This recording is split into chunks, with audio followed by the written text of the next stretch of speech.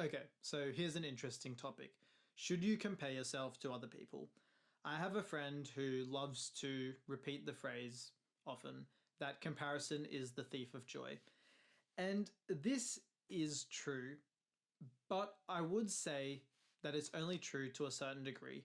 Comparing yourself to other people is neither good nor bad. It is a tool, it is a concept, and how good or bad it is how much it affects your life. And how much it affects your life is determined by the degree and intensity and the way that you choose to engage with it. So, comparing yourself to other people, should you do it or not? The answer is yes, you should do it, but you should do it in a way that it improves your life and doesn't detract from it. It doesn't make it worse. And this is a meta technique. This is a meta idea that nothing is good or bad. Social media isn't good or bad. Comparing yourself to other people isn't good or bad. Watching TV, exercising, journaling, none of it is good or bad. All it is how it impacts your life. And the degree to which it's good and bad is determined by how you engage with it. So, comparing yourself to other people, is it good?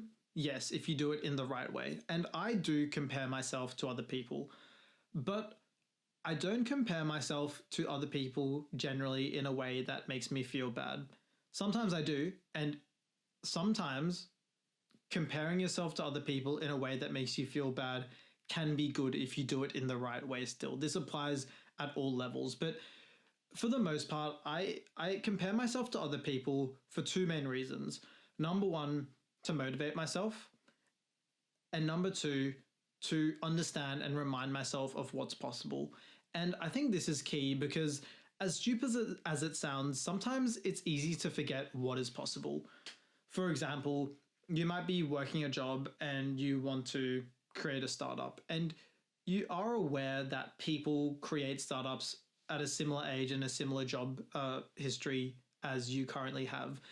But you sort of forget it's possible because the people around you aren't doing it, or you haven't seen an example of that for a while. That is why comparing yourself to others and keeping aware of what other people are doing is so useful, because if you actively look at what other people are doing and you see someone that's in a similar situation to you, and you understand that they're in a similar situation by comparing yourself to them, you will be reminded of what is possible. And sometimes, even if you know what's possible, it's important to be reminded because that can help you actually do the thing. Because sometimes the reason for you not doing something is because you feel like you're not able to, or you feel like it's going to be too difficult, or that there is no point trying. But sometimes the reason that you don't do something is because you haven't even considered the possibility of doing it. You haven't even thought about doing it because for whatever reason, you haven't thought about it by yourself and you haven't been prompted to think about it from external sources. So comparing yourself to other people, which are external sources, can help remind you of what is possible, which is why it can be so valuable to compare yourself to others.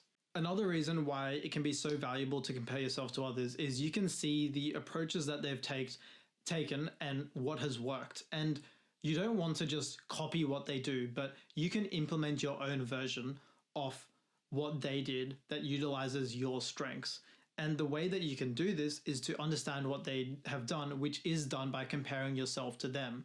You use them as a marker, as a direction, but you still plan your own route based on your strengths and your skills. So comparing yourself to others both motivates you and reminds you of what is possible. Now, to touch on a point that I mentioned earlier, sometimes you can compare yourself to others and it will make you feel bad.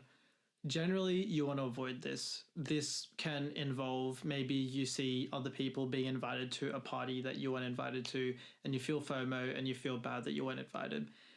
This is generally bad, but there are good aspects to it as well. So first, I'll address the fact that you for the most part, you don't want to be doing this because you don't want to feel bad. And there's no purpose to feeling bad without any gain, without any reason for feeling bad. Just like I mentioned before, sometimes it can remind you of what's possible. So let's say you see someone go to a party and it reminds you that, oh, this type of event or picnic is possible. I'm going to organize this myself, or I'm going to get one of my friends to organize it with me. It reminds you of what's possible and you can implement your own version of that. You don't have to feel FOMO and you don't have to feel like you missed out on that particular event because sure, you did miss out on it, but you were never invited to it in the first place. So it's not important. It's not valuable to feel bad about missing out on that, but it is valuable to feel bad about missing out on your version of that, like the equivalent of that. You can feel bad about not having that in your life,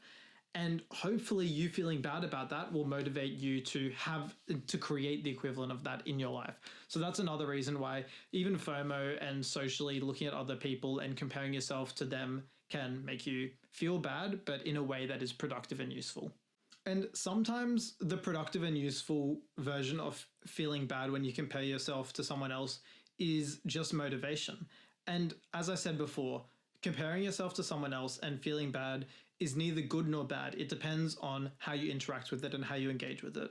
So say that you see someone else, you see a picture of someone else and they look really healthy and aesthetic. They've got a low body fat percentage and they just look good, and you feel bad because you don't look as good as them. There are two ways that you can utilize this feeling. One is to just sit with the feeling and feel bad and hate yourself.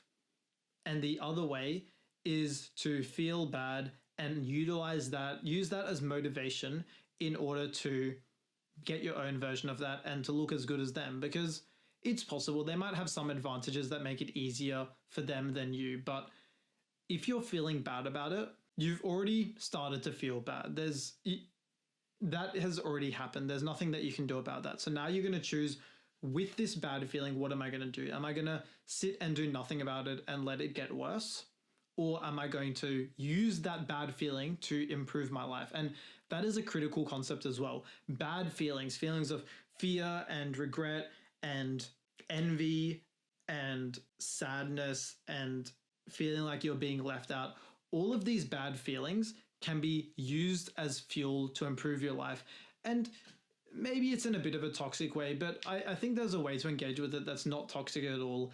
And just using it as a bit of a signal of the things that you want in life, because sometimes you can forget the things that you want. And when you feel this pang of envy, it's a reminder. And it's a reminder not only of what you want, but how much you want it. And when you're reminded of what you want and how much you want it, how can that not make it so much more easy to work towards that thing? It's a reminder and the fuel all in one. That is why it is useful to compare yourself to others, even if it makes you feel bad, because feeling bad by itself, as I mentioned before, is neither good nor bad. It just depends on how you interact with it and how you use it. So in summary, should you compare yourself with others? Absolutely, yes. But use it as a tool. Use it and take the good from that practice and take none of the bad. It's easier said than done, but hopefully I've gone over some examples and techniques of how you can do that.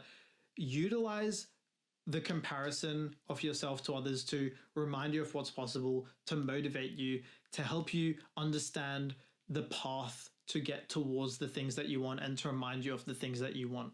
Comparison to others is such a useful tool as long as you don't do it in a toxic way, as long as you don't do it in a self-pitying way where you're just looking to feel miserable about yourself and nothing else. That's obviously not productive or helpful. And that is why a lot of people would say that comparing yourself to others is bad. But there is so much value to be gained from comparing yourself to others. Just like I'd say there's value to be gained from using social media. Sure, there are a million ways to use social media and content, TikTok, YouTube, in a way that is destructive and not good for your life. But if you use it in the right way, and using it in the right way involves using it in smaller amounts, more intentionally. But if you use it in the right way, it's better than not using it at all.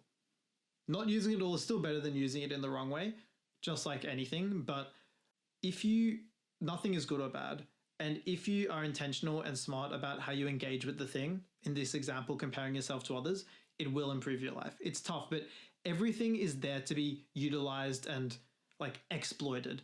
There's nothing that should be ignored. You should consider how everything can impact your life and implement the version that impacts your life for the better. So in summary, yes, compare yourself to others, absolutely, and use it as fuel, use it as signal, and use it to help improve your life. As always, thank you so much for watching. I've been Isaac, and this channel is The Perfect Life. Make sure to leave a like and subscribe, share it with a friend. I really hope that you found this video useful because it's a topic that I've heard about a lot, and I've heard a lot of conflicting points of view. Hopefully I've been able to give you a bit of a balanced take where you're not comparing yourself with others in order to feel miserable or have a toxic, I need to prove them wrong attitude in your mind, but you're utilizing it in a way that helps improve your life. As always, if you want it, the perfect life is yours. Comparing yourself to others. Comparing yourself to others.